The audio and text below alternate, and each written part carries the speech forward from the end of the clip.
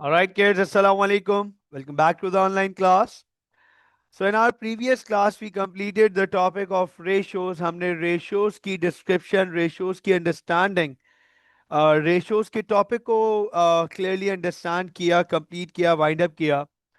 हमने तीनों categories of ratios को पढ़ लिया, जिसमें हमने profitability ratios, liquidity ratios और फाइनेंशियल एफिशिएंसी रेशियोज को अंडरस्टैंड किया था. लास्ट क्लास में हमने फाइनेंशियल एफिशिएंसी रेशियोज को भी वाइंड अप कर दिया.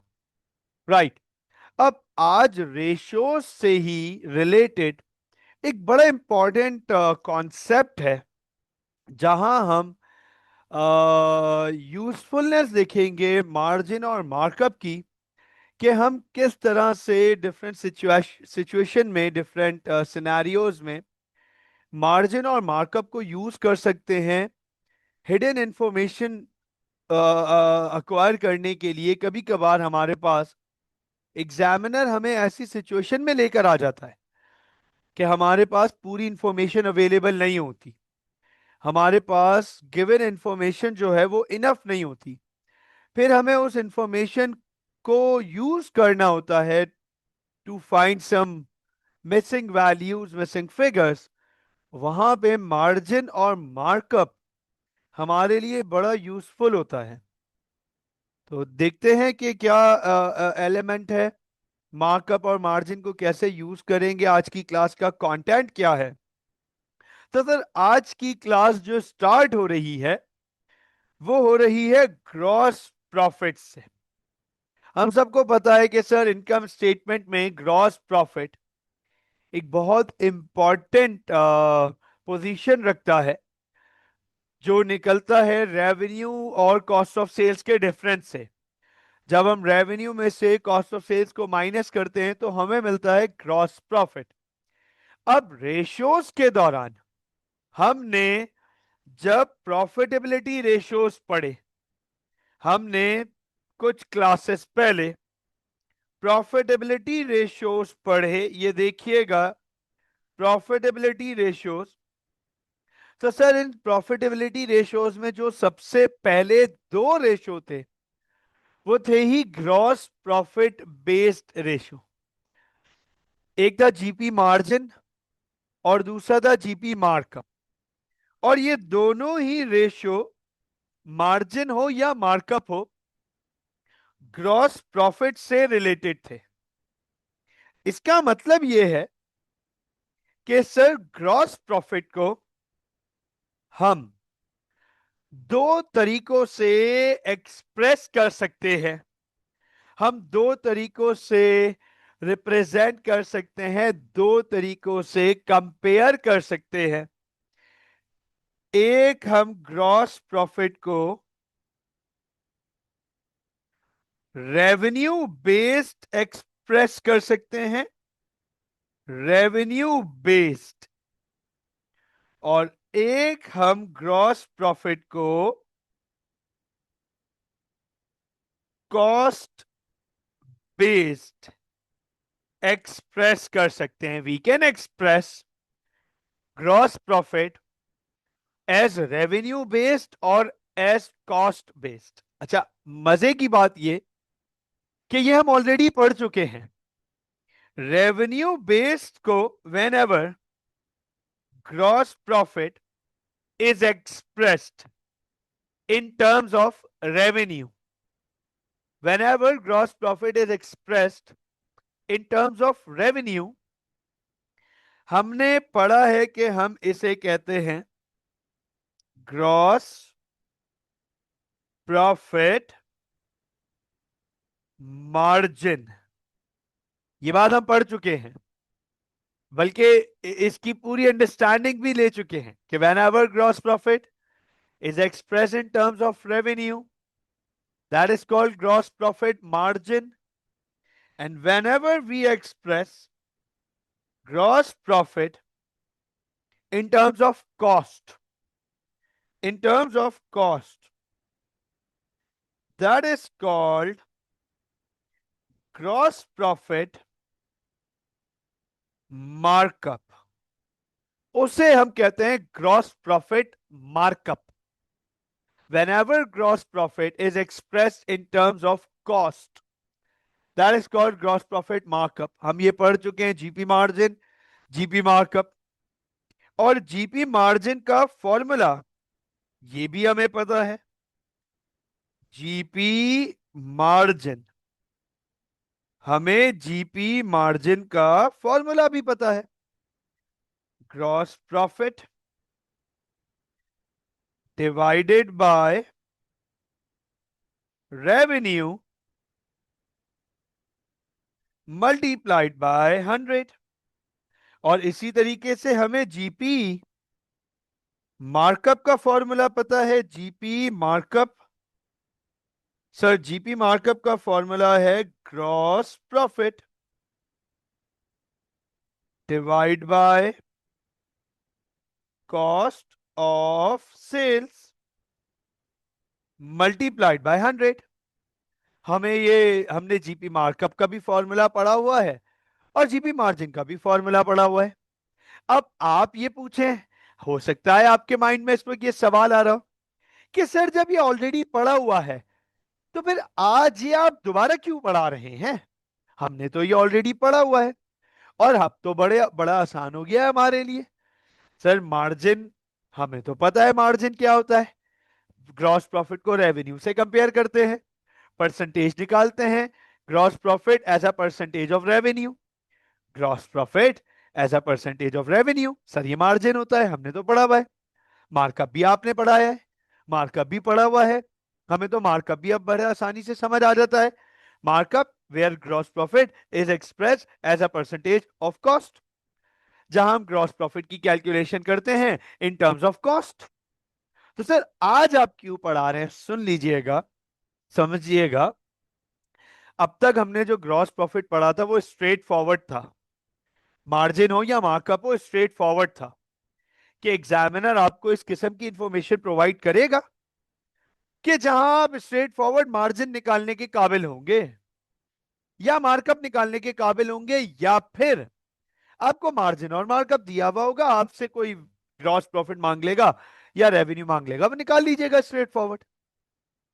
लेकिन बहुत दफा रेशोज में एग्जामिनर हमें ऐसे क्वेश्चंस देता है जहां इनकी वर्किंग स्ट्रेट फॉरवर्ड नहीं होती, बिल्कुल भी स्ट्रेट फॉरवर्ड वर्किंग पॉसिबल नहीं है, मुश्किल होती है और कंफ्यूजन होती हैं वहां पे। बल्कि एक लम्हा तो ऐसा आ जाता है, एक मोमेंट ऐसा आ जाता है गिवन क्वेश्चन में कि एग्जामिनर ने जो सवाल आपको दिया है, जो इंफॉर्मेशन आपको दी है, उस मौके पे ऐसा लगता है कि भाई ये क्वेश्चन तो अनसॉल्वेबल है, ये सॉल्व नहीं हो सकता सर, दिस इज अनसॉल्वेबल। ऐसी सिचुएशंस भी आ जाती हैं, एग्जामिनर आपको ऐसी सिचुएशंस में भी लेकर आ जाता है।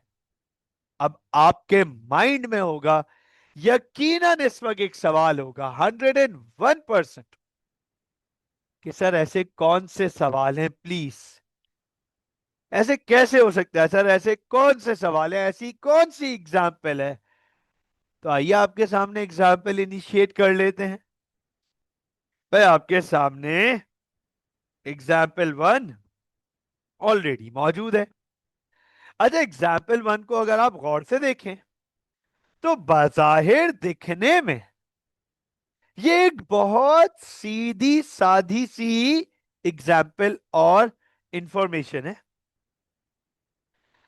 एग्जामिनर ने आपको रेवेन्यू दिया है 1,80,000 का, चेक कीजिएगा, एग्जामिनर ने आपको रेवेन्यू दिया है 1,80,000 का, ठीक है ना, और बताया है कि मार्कअप है 80%, मार्कअप इज 80%। एग्जामिनर कह रहे ग्रॉस प्रॉफिट निकाल दो बच्चों, जीपी ग्रॉस प्रॉफिट निकाल दो। अच्छा अंडरस्टैंड कीजिएगा, बाजाहिर ये इंफॉर्मेशन बहुत सिंपल लग रही है, बहुत इजी लग रही है, लेकिन है नहीं। रेवेन्यू दिया हुआ है, मार्कअप दिया हुआ है और जीपी मांग रहा है आपसे, ग्रॉस प्रॉफिट पे क्वेश्चन मार्क है, कह रहा है जीपी निकाल के दो, ग्रॉस प्रॉफिट निकाल के दो। चलो कोई मसला ही नहीं है सर, ये तो आसान है, ये तो हम कर लेते हैं, ये तो बड़ा आसान है, ये तो हम कर लेते हैं। फोकस कीजिएगा, फोकस कीजिएगा। सर हमें रेवेन्यू दिया हुआ है और हमसे ग्रॉस प्रॉफिट मांग रहा है। हमें रेवेन्यू दिया हुआ है, हमसे ग्रॉस प्रॉफिट मांग रहा है।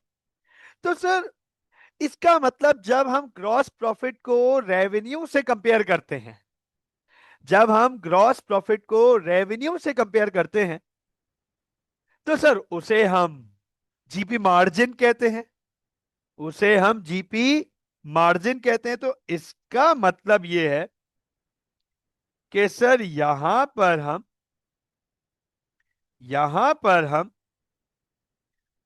जीपी मार्जिन का फॉर्मूला यूज कर सकते हैं, क्योंकि जब भी हम रेवेन्यू को और जीपी को रेवेन्यू से कंपेयर करेंगे उसे मार्जिन कहते हैं,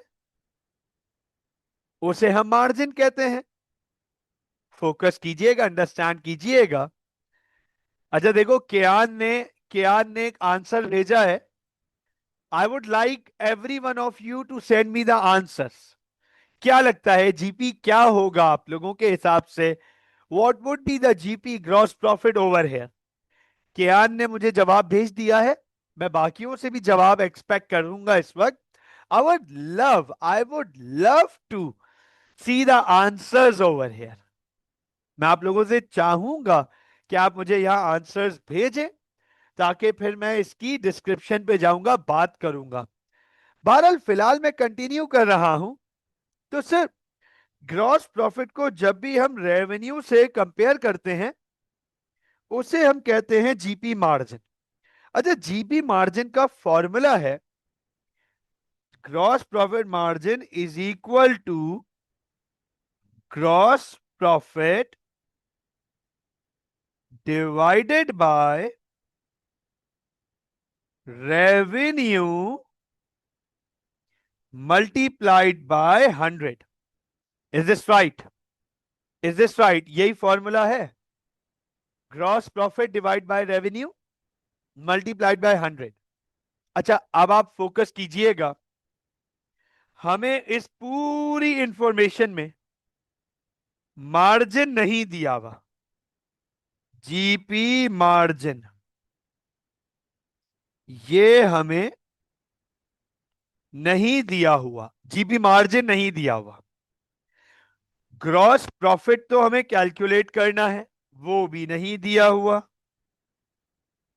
ग्रॉस प्रॉफिट ये हमें नहीं दिया हुआ, हमें रेवेन्यू दिया हुआ है। रेवेन्यू दिया हुआ है 180,000। अब आप जरा मुझे ये बताएं, क्या ये इक्वेशन सॉल्वेबल है एज ऑफ राइट नाउ?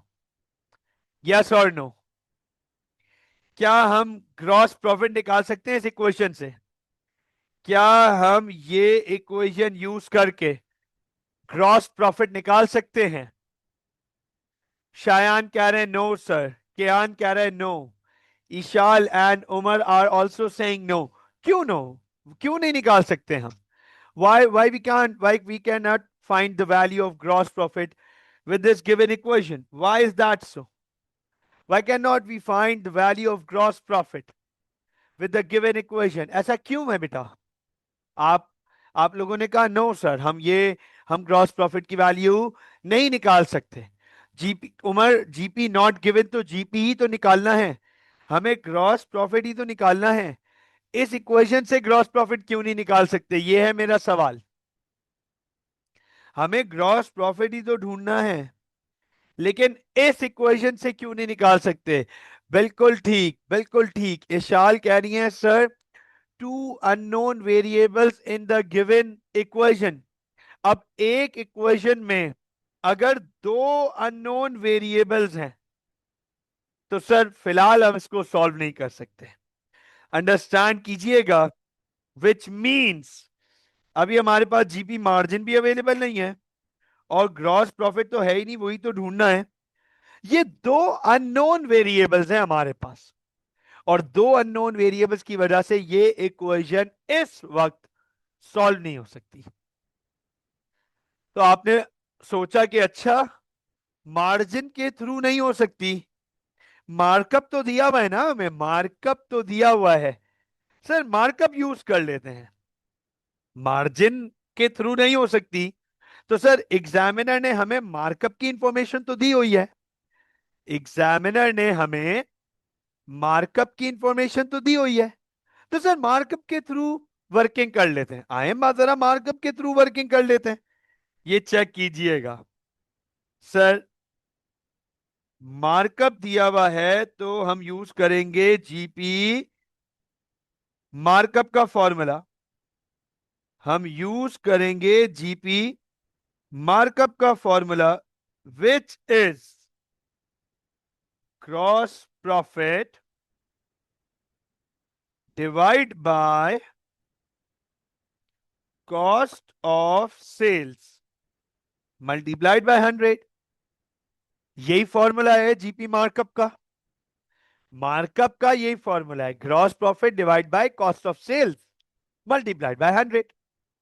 अब आप अंडरस्टैंड करना, इस सवाल में हमें मार्कअप दिया हुआ है, हमें मार्कअप प्रोवाइडेड है विच इज 80%। एग्जामिनर ने हमें मार्कअप दिया हुआ है इस सवाल में, विच इज 80%। नोट कीजिएगा, फोकस कीजिएगा, जब हम फॉर्मूला देखेंगे, क्रॉस प्रॉफिट तो हमें वैसे ही निकालना है, लेकिन सर हमें कॉस्ट ऑफ सेल्स तो नहीं प्रोवाइडेड। फिर वही प्रॉब्लम आ गई, ना ग्रॉस प्रॉफिट अवेलेबल है ना कॉस्ट ऑफ सेल्स अवेलेबल है। इस इक्वेशन में भी दो अननोन वेरिएबल्स हैं, इस इक्वेशन में भी दो अननोन वेरिएबल्स हैं। Now this equation also seems to be unsolvable right now. ये अभी फिलहाल अनसॉल्वेबल है दो अननोन वेरिएबल्स की वजह से। अब आप बताओ, फोकस करना, ग्रॉस प्रॉफिट निकालने का कोई दूसरा तरीका तो है ही नहीं, ग्रॉस प्रॉफिट निकालने का कोई दूसरा तरीका है ही नहीं। या मार्जिन के थ्रू निकालेंगे या मार्कअप के थ्रू निकालेंगे, और ना मार्जिन के थ्रू निकाला जा सकता है इस सवाल में, ना मार्कअप के थ्रू निकाला जा सकता है। मार्जिन के थ्रू इसलिए नहीं निकाला जा सकता क्योंकि ना मार्जिन अवेलेबल है ना ग्रॉस प्रॉफिट अवेलेबल है। ग्रॉस प्रॉफिट निकालना है लेकिन दोनों ही अननोन है। इस फॉर्मूले में सिर्फ रेवेन्यू अवेलेबल है हमारे पास, और अगर मार्कअप यूज करें तो ग्रॉस प्रॉफिट अवेलेबल नहीं है, वही ढूंढना है, लेकिन कॉस्ट ऑफ सेल्स भी अवेलेबल नहीं है, सिर्फ मार्कअप अवेलेबल है, जिससे ये इक्वेशन सॉल्व नहीं हो सकती। अब आप देखिए, ग्रॉस प्रॉफिट निकालना नियरली इम्पॉसिबल नजर आ रहा है इस सिनेरियो में। ना मार्जिन के थ्रू ये वर्किंग हो सकती है, ना मार्कअप के थ्रू ये वर्किंग हो सकती है। अच्छा, इसमें क्या होगा उस पे बात करने से पहले जरा ये एक और एग्जाम्पल देख लो, एक और एग्जाम्पल देख लो। इस एग्जाम्पल 2 में हमारे पास कॉस्ट ऑफ सेल्स है 100,000, मार्जिन है 20%, और फिर से एक दफा एग्जामिनर ग्रॉस प्रॉफिट मांग रहा है आपसे, कह रहा है ग्रॉस प्रॉफिट निकाल दो। आपने बोला बहुत आसान है, ग्रॉस प्रॉफिट निकालना है, ये तो मुश्किल ही नहीं है, लाइक दिस, मार्जिन या मार्कअप के थ्रू कर लेंगे। अच्छा, कॉस्ट ऑफ सेल्स दिया हुआ है, तो सर कॉस्ट ऑफ सेल्स का तो मतलब है markup. whenever gross profit is expressed as cost of sales, in terms of cost of sales, हम उसे मार्कअप कहते हैं। सर ये तो कोई मुश्किल ही नहीं है, हम यहां पर जीपी मार्कअप अप्लाई करेंगे। चेक कीजिएगा जरा, ग्रॉस प्रॉफिट मार्कअप, सर ये तो कोई मुश्किल ही नहीं है, हम यहाँ पे ग्रॉस प्रॉफिट मार्कअप अप्लाई करेंगे और जीपी मार्कअप का फॉर्मूला है gross profit divided by cost of sales multiplied by 100. Gross profit divided by cost of sales multiplied by 100 whenever we express gross profit in terms of cost. That is markup. Or in markup, we express gross profit as percentage of cost. Sir ये equation use कर लेते हैं, बिल्कुल use करते हैं। पूरे information में markup नहीं दिया हुआ हमें, पूरी इंफॉर्मेशन में हमें मार्कअप नहीं दिया हुआ। ग्रॉस प्रॉफिट तो हमें वैसे ही निकालना है, वही तो ढूंढना है। कॉस्ट हमें प्रोवाइडेड है 100,000, कॉस्ट हमारे पास अवेलेबल है। नोट कीजिएगा, फोकस कीजिएगा sir, we are landed once again in the same problem.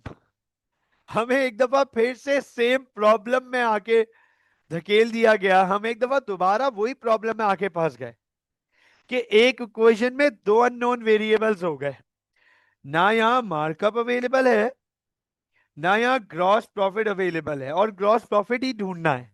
Gross profit ढूंढने के लिए मार्कअप चाहिए, मार्कअप अवेलेबल नहीं है। So this equation is unsolvable right now. हम इस इक्वेशन को फिलहाल सॉल्व नहीं करेंगे, ठीक है ना? तो नोट कीजिएगा, फोकस कीजिएगा, अंडरस्टैंड कीजिएगा। वेरी गुड, क्या बात है यार, कमाल है। महराज जैसा लेजेंड स्टूडेंट अगर क्लासेस में हो तो फिर आप लोगों को है ना कपिल शर्मा देखने की जरूरत नहीं है, हाँ ताबिश हाशमी की स्टैंड अप कॉमेडी देखने की जरूरत नहीं है, और स्टैंड अप कॉमेडियंस है ना उनकी जरूरत ही नहीं पड़ती। महराज घर पे भी इंटरटेनमेंट प्रोवाइड करते होंगे, इनके घर में मतलब सब इंजॉय करते होंगे महराज। अगर पढ़ाई की कोई बात कर लें, आप देखें लेजेंड मुझे कह रहे हैं कि सर प्रॉब्लम ही नहीं है, ऊपर वाला मार्कअप नीचे वाले सवाल में ले आए। वाह वाह यार, यार कमाल है ना? ऊपर वाला मार्कअप नीचे वाले सवाल में ले आए बेटे, दो अलग सवाल हैं वो दो अलग सवाल है। एग्जाम्पल वन एक अलग क्वेश्चन है, एग्जाम्पल टू एक अलग क्वेश्चन है। हाँ, ये हरकत एग्जाम में भी करना तुम बैठ के ना, क्वेश्चन वन की इंफॉर्मेशन उठा के क्वेश्चन टू में जो नहीं दिया हुआ ना वो क्वेश्चन वन से ले लेना, वो क्वेश्चन वन में तो दिया हुआ है ना सर हमें। लेजेंड्स। चलो भाई आगे चलते हैं, आगे चलते हैं, फोकस कीजिएगा। सर अब हमें ये क्वेश्चन तो मार्कअप वाली तो सॉल्व नहीं हो रही। अरे सर ये भी तो है ना, मार्जिन भी तो दिया हुआ है इस सवाल में, हमें मार्जिन यूज कर लेते हैं। नोट कीजिएगा सर, मार्जिन यूज कर लेते हैं, फोकस कीजिएगा। ग्रॉस प्रॉफिट मार्जिन, और मार्जिन का फॉर्मूला है gross profit divide by revenue multiplied by 100। जब हम ग्रॉस प्रॉफिट को रेवेन्यू से कंपेयर करते हैं, जब हम ग्रॉस प्रॉफिट को रेवेन्यू से कंपेयर करते हैं मार्जिन, तो सर मार्जिन हमें दिया हुआ है 20%। मार्जिन हमें दिया हुआ है 20%। ग्रॉस प्रॉफिट हमें ढूंढना है, जीपी हमें फाइंड करना है, ढूंढना है। सर रेवेन्यू भी नहीं दिया हुआ हमें, रेवेन्यू भी नहीं दिया हुआ। Once again we have been landed at the same spot where there are two unknown variables in an equation and it cannot be solved right now. Understand कीजिएगा सर, जब हमें रेवेन्यू के साथ मार्कअप दिया हुआ है तो हम ग्रॉस प्रॉफिट नहीं निकाल सकते।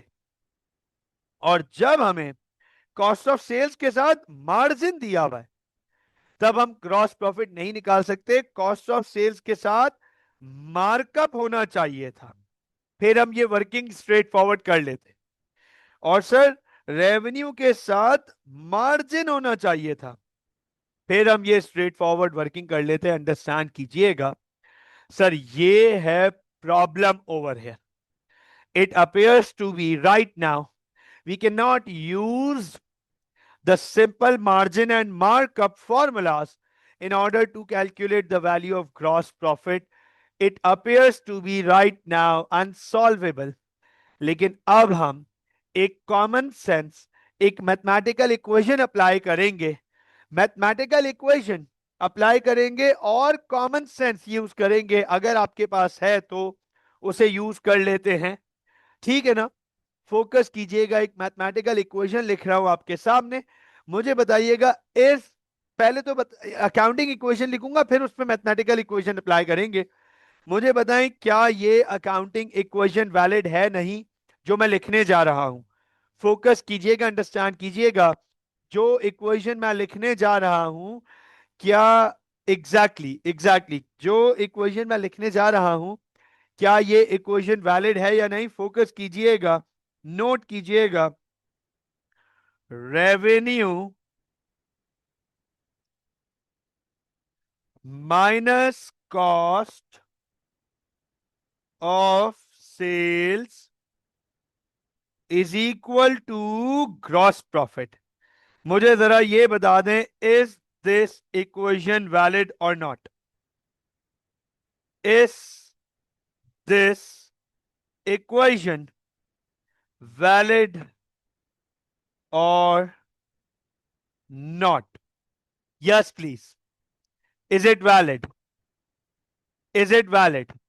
रेवेन्यू में से कॉस्ट ऑफ सेल्स माइनस करते हैं तो ग्रॉस प्रॉफिट मिलता है। It is valid, right, it is valid. Focus कीजिएगा, फोकस कीजिएगा।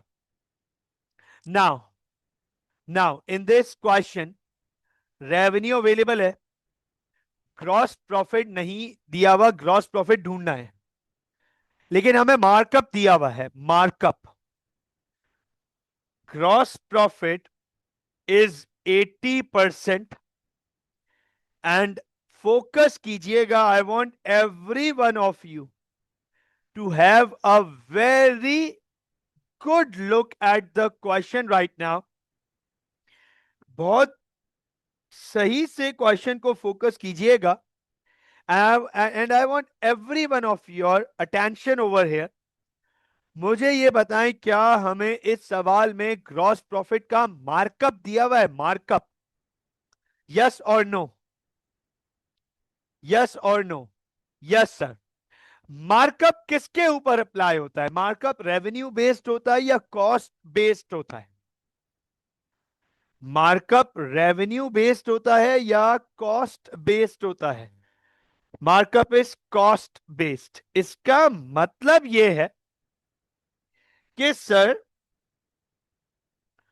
This gross profit is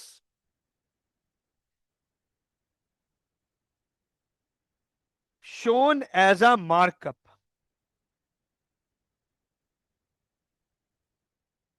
Markup of 80%. Markup of 80%। इसका मतलब ग्रॉस प्रॉफिट की वैल्यू कॉस्ट की 80% है। इसका मतलब ग्रॉस प्रॉफिट की वैल्यू कॉस्ट की 80% है। जो कॉस्ट है उसका 80% वैल्यू ग्रॉस प्रॉफिट है। फोकस कीजिएगा, मार्कअप में, markup is cost based.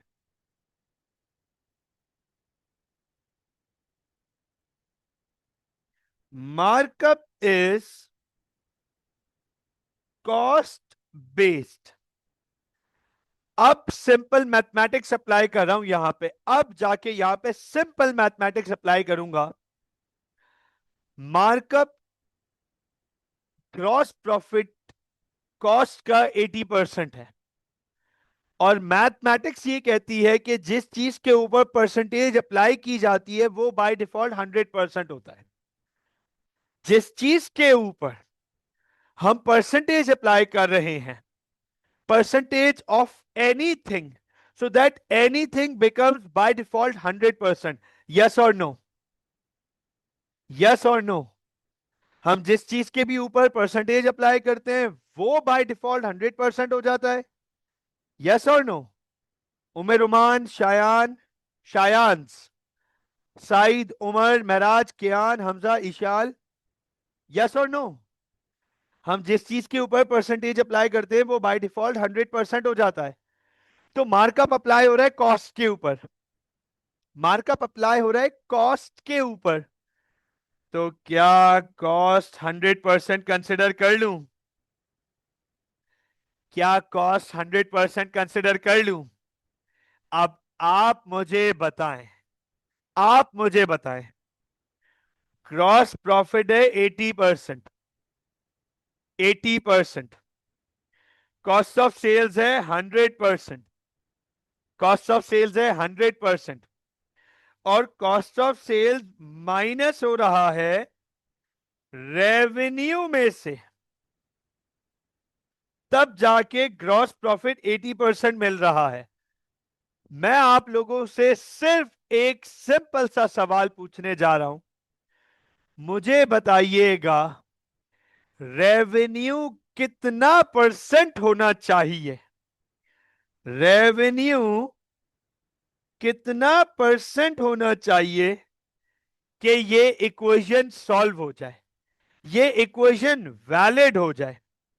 Dash -100% should be 80%। कितने परसेंट में से? शायान, शायान फोकस कीजिएगा। शायान, कितने परसेंट में से हम 100% माइनस करें तो आंसर 80% आए हमारा? अब बताएं जरा, कितने परसेंट में से हम 100% माइनस करें तो 80% हमारा आंसर आए? बताएं जरा। महराज, महराज कह रहा है 20%। अच्छा, महराज भी कह रहा है 20%, शायान ने भी कहा है 20%, उमर कह रहा है 20%। सुन लीजिएगा, अगर मैं यहां 20% में से 100% माइनस करूं तो ये तो -80% आना चाहिए, फिर तो -80% आना चाहिए, विच इज रॉन्ग। -80% तो नहीं चाहिए हमें, हमें तो +80% चाहिए। अब दोबारा एक दफा इक्वेशन देखें, अगर मैं यहां पे 100% करूं तो 100 माइनस 100 तो 0 होना चाहिए। क्या ये 180% होना चाहिए? बोलो भाई, क्या ये 180% होना चाहिए? 180% -100% is equal to 80%. Is this right? Shayan, is this right now? Shayan, is this right? Umar Uman, is this right? Miraj, is this right now? ये बात समझ आई? Is this clear? Yes, please. All right, perfect, perfect. तो अब आप note करो, equation हमारी बन गई। हमने थोड़ा सा कॉमन सेंस और मैथ सप्लाई किया कि यार अगर ग्रॉस प्रॉफिट 80% है, 80% है कॉस्ट का, तो कॉस्ट हो गई 100%। इस बारे में फोकस कीजिएगा, इसको अंडरस्टैंड कीजिएगा। ग्रॉस प्रॉफिट है 80%, ग्रॉस प्रॉफिट है 80%, और 80% मार्कअप है, मार्कअप मतलब कॉस्ट के ऊपर अप्लाई हो रहा है, तो इसका मतलब कॉस्ट से 100% मार्कअप अप्लाई होता है, जीपी अपॉन कॉस्ट, तो कॉस्ट के ऊपर अप्लाई हो रहा है, इसका मतलब कॉस्ट हो गई 100%। तो सर रेवेन्यू हो गया 180%। अब आप मुझे ये बताएं, क्या रेवेन्यू की वैल्यू अवेलेबल है हमारे पास? क्या रेवेन्यू की वैल्यू है अवेलेबल हमारे पास? रेवेन्यू कितना है हमारे पास? सर रेवेन्यू है 180,000। रेवेन्यू है हमारे पास 180,000। फोकस कीजिएगा, रेवेन्यू हमारे पास 180,000, फोकस कीजिएगा। सर अगर रेवेन्यू हमारे पास 180,000 है, ये बताओ ये 180,000 कितना परसेंट है? 180,000 कितना परसेंट है? 180% है। रेवेन्यू 180,000 है, 180% है। Is this right? 100% नहीं है, 180% है बेटा। क्या 180% है? अभी तो हमने वर्किंग की है इसकी। अभी थोड़ी देर पहले तो हमने निकाला कि रेवेन्यू इज 180%। जो भी वैल्यू है वो 180% है। और वो 180% कैसे? क्योंकि कॉस्ट 100% है और जीपी 80% है। तो जीपी और कॉस्ट मिलाकर रेवेन्यू बनता है 180%। और 180% की वैल्यू है 180,000। क्या मैं 1% निकाल सकता हूं? 1%। क्या मैं इन दोनों को यूज करके 1% निकाल सकता हूं? बहुत सिंपल है, कैलकुलेटर उठाएंगे। 180,000 डिवाइड बाय 180, डिवाइड बाय 180। बिल्कुल सिंपल। तो सर 1% आ गया 1,000। 1% आ गया 1,000। ठीक है ना? अब अगर मुझे कॉस्ट ऑफ सेल्स चाहिए तो मैं इसे 100% से मल्टीप्लाई कर दूंगा, 100 से मल्टीप्लाई कर दूंगा। मुझे ग्रॉस प्रॉफिट चाहिए, मैं उसे 80 से मल्टीप्लाई कर दूंगा। 1,000 को जब मैं 100 से मल्टीप्लाई करूंगा, ये वैल्यू आएगी मेरे पास, नोट कर लीजिएगा, ये वैल्यू आएगी मेरे पास 100,000। और मेरे पास ग्रॉस प्रॉफिट आ जाएगा 80,000। ये लीजिए, अब आप चेक करें। ग्रॉस प्रॉफिट आ गया 80,000, जो थोड़ी देर पहले बिल्कुल अनसॉल्वेबल लग रहा था। ना इस इक्वेशन से मार्जिन से पूरा हो रहा था, ना मार्कअप से पूरा हो रहा था। ये किसी भी इक्वेशन से, मार्जिन और मार्कअप के इक्वेशन से सॉल्व नहीं हो रहा था। हमने सिंपल कॉमन सेंस और मैथमेटिकल इक्वेशन अप्लाई की, परसेंटेज यूज की और आंसर निकाला। हमने ये देखा कि gross profit is 80% of cost. एक काम कर लो ना, एक काम कर लो, बहुत सिंपल। आप एक काम करें, जरा 80% ऑफ 100,000 निकाल के देख लें। 80% ऑफ कॉस्ट, आप जरा 80% ऑफ कॉस्ट ये निकाल के देख लो। The answer will be 80,000। Hence proved that this equation is valid and this working can be performed whenever we are provided with any such information and landed in a situation where margin and markup both do not work for us.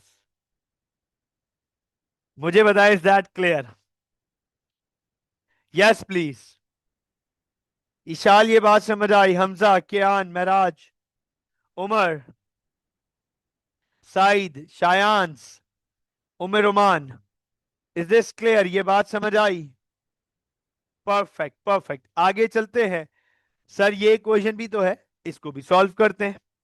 अब इसमें हमारे पास cost of sales available है, margin available है, gross profit निकालना है। Markup से भी नहीं हो सकता और मार्जिन से भी नहीं हो सकता, दोनों फॉर्मूलाज के थ्रू नहीं हो सकता। तो मैं एक दफा फिर से वो इक्वेशन लिखने जा रहा हूं, same equation. Revenue minus cost of sales is equal to gross profit. ये लीजिए, सेम इक्वेशन दोबारा यूज करूंगा, सेम इक्वेशन और सेम मैथमेटिकल अप्रोच दोबारा यूज करूंगा। फर्क फर्क चेक कर लीजिएगा, डिफरेंस चेक कर लीजिएगा। अभी कहानी खत्म नहीं हुई है हमारी। पिछली इक्वेशन में हमें मार्कअप दिया हुआ था, मार्कअप। पिछले इक्वेशन में हमें मार्कअप दिया हुआ था, इस इक्वेशन में हमें मार्जिन दिया हुआ है। तो gross profit is given as a margin in this question. हमें इस सवाल में gross profit as a margin दिया हुआ है, हमें इस सवाल में gross profit as a margin दिया हुआ है। अच्छा, मुझे जरा आप लोग ये बताएं कि अगर हमारे पास ग्रॉस प्रॉफिट मार्जिन के तौर पर है, तो बताओ मार्जिन किस पर अप्लाई होता है, रेवेन्यू पे या कॉस्ट पे? जल्दी से बताओ, मार्जिन रेवेन्यू पर अप्लाई होता है या कॉस्ट पर अप्लाई होता है? Yes please. Sir margin apply होता है रेवेन्यू पे, है ना? मार्जिन अप्लाई होता है रेवेन्यू पे। क्या इसका ये मतलब है, फोकस करना, गौर से देखना, सर इसका मतलब ये है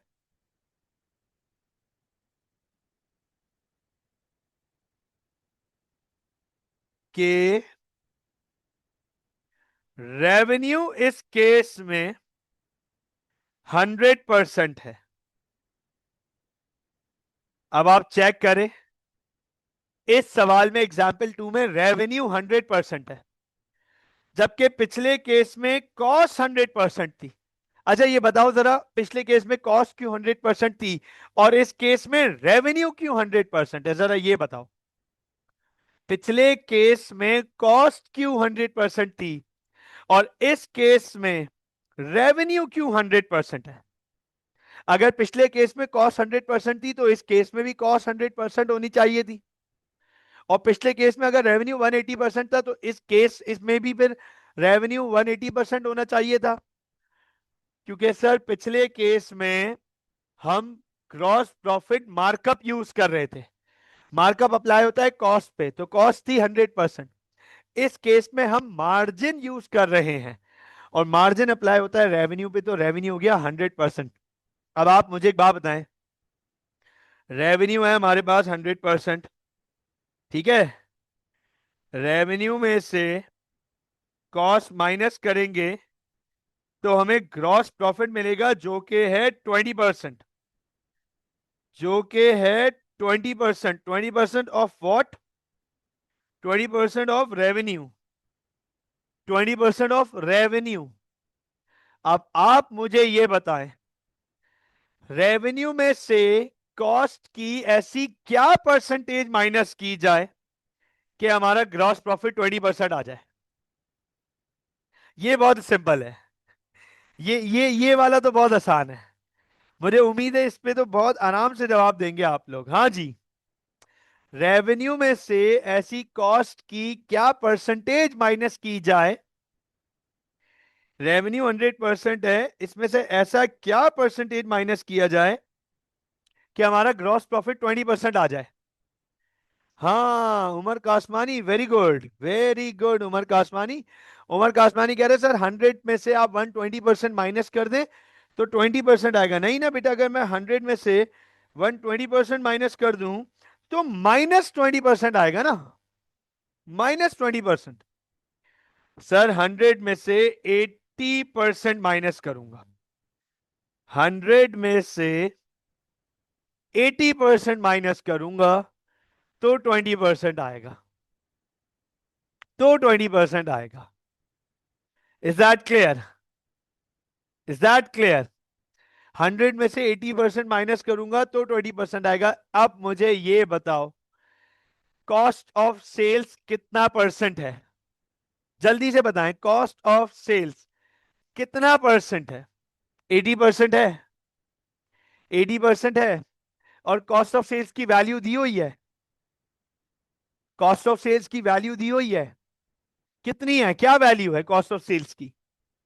क्या वैल्यू है कॉस्ट ऑफ सेल्स की हमारे पास? 100,000, 100,000 कॉस्ट ऑफ सेल्स की वैल्यू है हमारे पास 100,000, 1 लाख। और ये 80% है, 100,000 इज 80%, 100,000 इज 80%। क्या मैं 1% निकाल सकता हूं इसका? 1%, 1% कैसे निकालूंगा? 1% निकालना है मुझे इसका। 1% कैसे निकालूंगा? 100,000 डिवाइड बाय 80, ये चेक कीजिएगा। 100,000 डिवाइड बाय 80, 100,000 डिवाइड बाय 80, तो सर 1250। ये 1% की वैल्यू आ गई, 1% की वैल्यू, 1%, 1% की वैल्यू 1250 आ गई। अब मुझे 100% कैलकुलेट करना है, तो मैं इसे 100 से मल्टीप्लाई कर दूंगा, विच इज 125,000। तो मैं ग्रॉस प्रॉफिट निकाल दूंगा। 125,000 minus 100,000, 25,000 is the gross profit.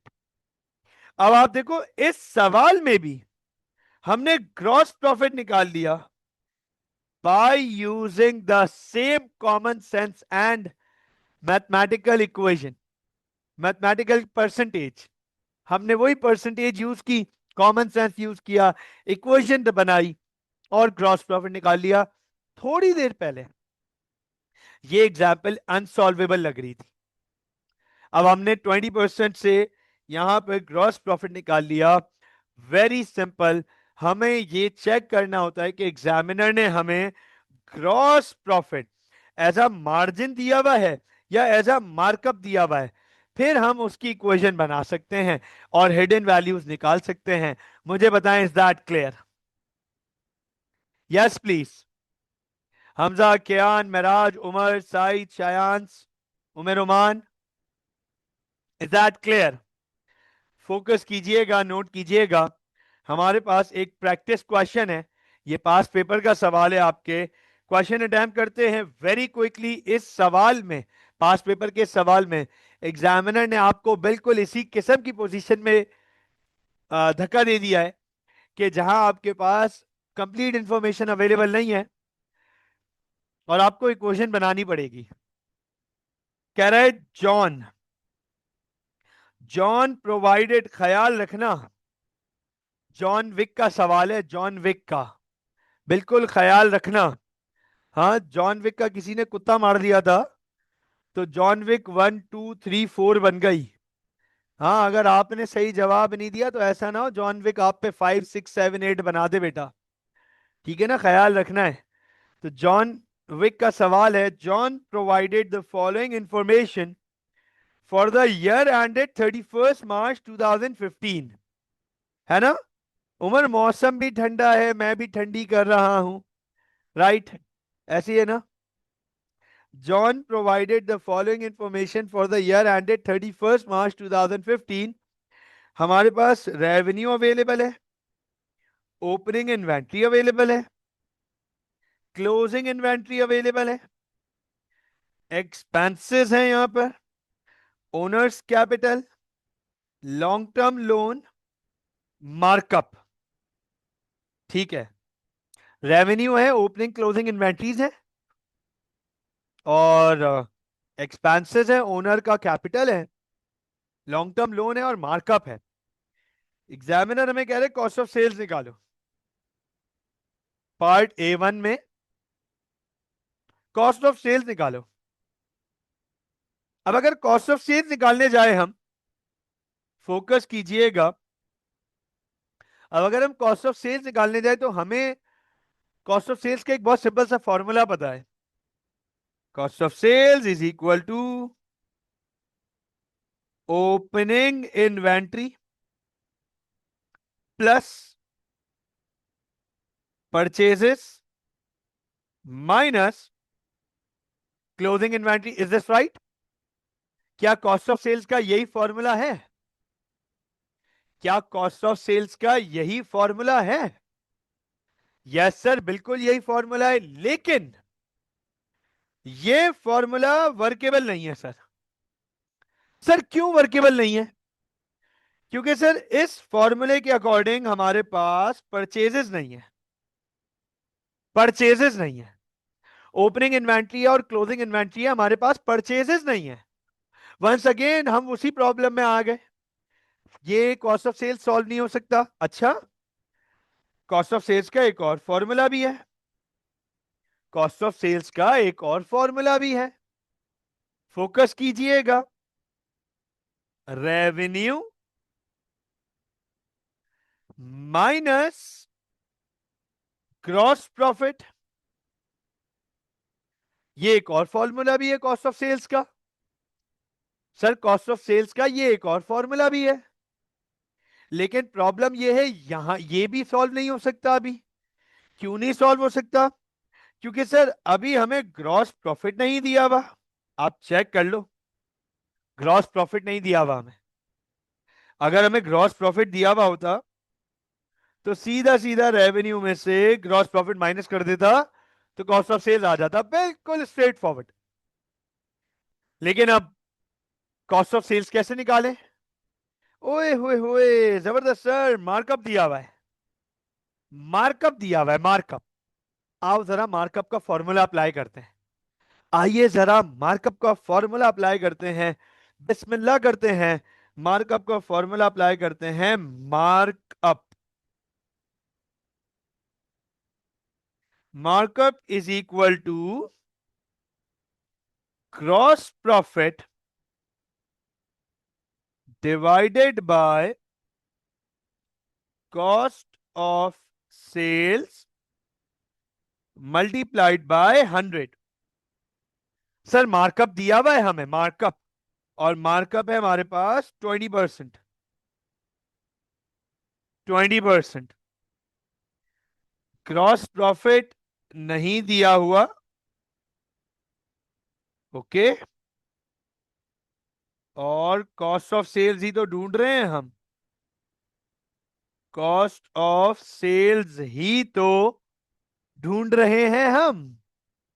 तो सर ये तो एग्जामिनर ने हमें फिर उसी इक्वेशन में लाके खड़ा कर दिया, फिर इस उसी सिचुएशन में लाके खड़ा कर दिया एग्जामिनर ने, कि जहां हर इक्वेशन में दो अननोन वेरिएबल्स हैं, दो unknown variables, and it appears to be right now कि हम इसे सॉल्व नहीं कर सकते।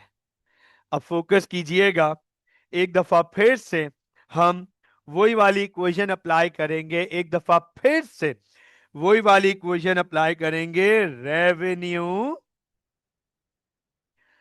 Minus cost is equal to GP.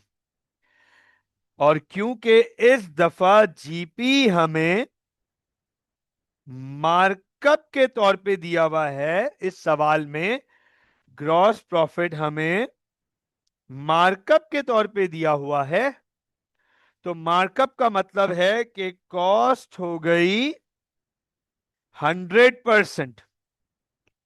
Cost हो गई 100%, और जीपी अवेलेबल है 20%। बताओ रेवेन्यू कितना परसेंट होना चाहिए?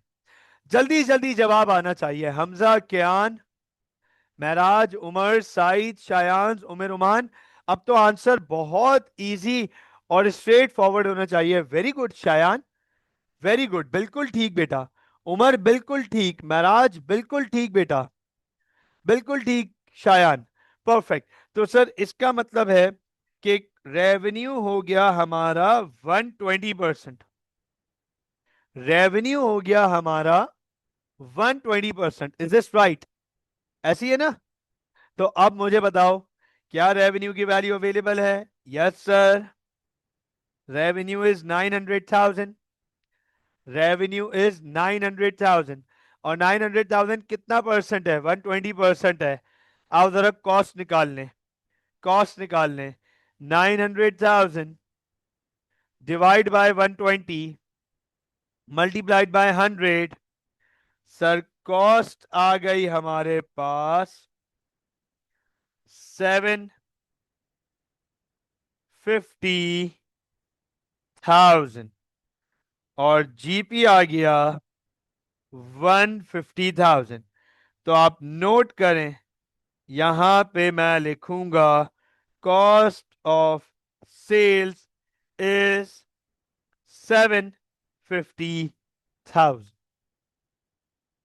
अब आप चेक करें कि थोड़ी देर पहले अगर क्लास के स्टार्ट में मैं आप लोगों को ये सवाल देता करने के लिए, तो सर ये सवाल शायद नहीं हो पाता, या टाइम लगता, बहुत मेहनत लगती, एक एबनॉर्मेलिटी सी हो जाती, और कुछ स्टूडेंट्स के लिए तो बिल्कुल इम्पॉसिबल हो जाता, बिल्कुल इम्पॉसिबल टू अटेम्प्ट हो जाता, अनसॉल्वेबल। कहते सर सवाल गलत है, कहते सवाल गलत है सर। अब आप देखें किस तरीके से हमने अपनी इंफॉर्मेशन को यूज किया, ऑल्टर किया, और उसी इंफॉर्मेशन के थ्रू हमने ये आंसर निकाला। अब आप नोट करो, हमें एग्जामिनर कह रहा है प्रॉफिट फॉर द ईयर निकालने के लिए, कह रहा है प्रॉफिट फॉर द ईयर निकालो, प्रॉफिट फॉर द ईयर। तो फोकस कीजिएगा कितना सिंपल सा फॉर्मूला है। Profit for the year is equal to gross profit minus expenses. तो ग्रॉस प्रॉफिट है 150,000 और एक्सपेंसेस ये रहे 105,000। एक्सपेंसेस है 105,000। तो सर 45,000 45,000 ये आ गया हमारा प्रॉफिट फॉर द ईयर। बिल्कुल ठीक। अब आप देखो, जब कॉस्ट ऑफ सेल्स निकला तो ग्रॉस प्रॉफिट भी निकला, और कॉस्ट ऑफ सेल्स निकला था, ग्रॉस प्रॉफिट निकला, तो अब प्रॉफिट भी निकाल लिया हमने। आगे हमसे कह रहा है calculate the following ratios. Profit margin, profit margin, तो प्रॉफिट मार्जिन का फॉर्मूला है profit for the year which is 45,000 divide by revenue, revenue is 900,000 into 100, 45,000 divided by 900,000 into 100, 5%। ये देखें जरा, इसका मतलब इस बिजनेस का प्रॉफिट मार्जिन चेंज नहीं हुआ है। नहीं ना, 20% क्यों आया, क्या 20% कैसे आया? प्रॉफिट फॉर द ईयर है 45,000, रेवेन्यू है 900,000, तो 45, हाँ 5% आया ना। चलो, उसके बाद क्या रहा है, इन्वेंट्री टर्नओवर निकाल के दो। Inventory turnover, inventory turnover rate बोल रहा है, इसका मतलब टाइम्स, इसका मतलब टाइम्स, ये फोकस कीजिएगा, इसका मतलब है टाइम्स। और अगर कंफ्यूजन हो तो इसको देख लेना भाई, ये टाइम्स में ही है, ठीक है ना। तो इन्वेंट्री टर्नओवर का फॉर्मूला है cost of sales divide by average inventory. Cost of sales हमने निकाली 750,000, देखो जरा, कॉस्ट ऑफ सेल्स हमने निकाला 750,000 डिवाइड बाय एवरेज इन्वेंट्री। तो सर एवरेज इन्वेंट्री हम सबको पता है opening plus closing divide by 2। ये रही ओपनिंग इन्वेंट्री, ये रही closing inventory. 65,000 plus 35,000 divide by 2, 50,000।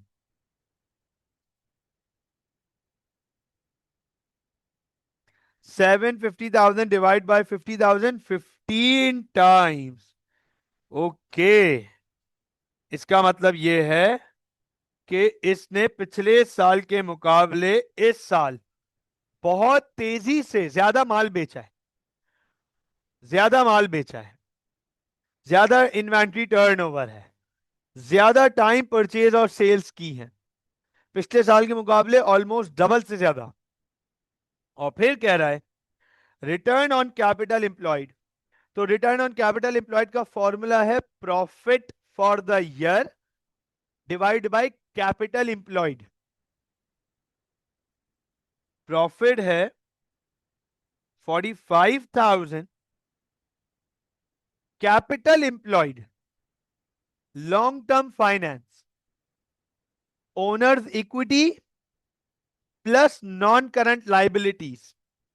तो सर ये रही ओनर की इक्विटी और ये रही non current liability. 300,000 plus 150,000, 300,000 plus 150,000 into 100। तो sir 45,000 divide by 450,000 multiplied by 100, 10%। ये लीजिए 10%। इसका मतलब ये है कि इस साल इसका रिटर्न ऑन कैपिटल एम्प्लॉयड भी इंक्रीज हुआ है। The business is generating better return, better profit on its long term loan, long term finance as compared to the last year। अब आप चेक करें सर, 2 4 6, 10 नंबर हो गए सर, ये 10 marks. मुझे बताएं, is that clear? Yes please.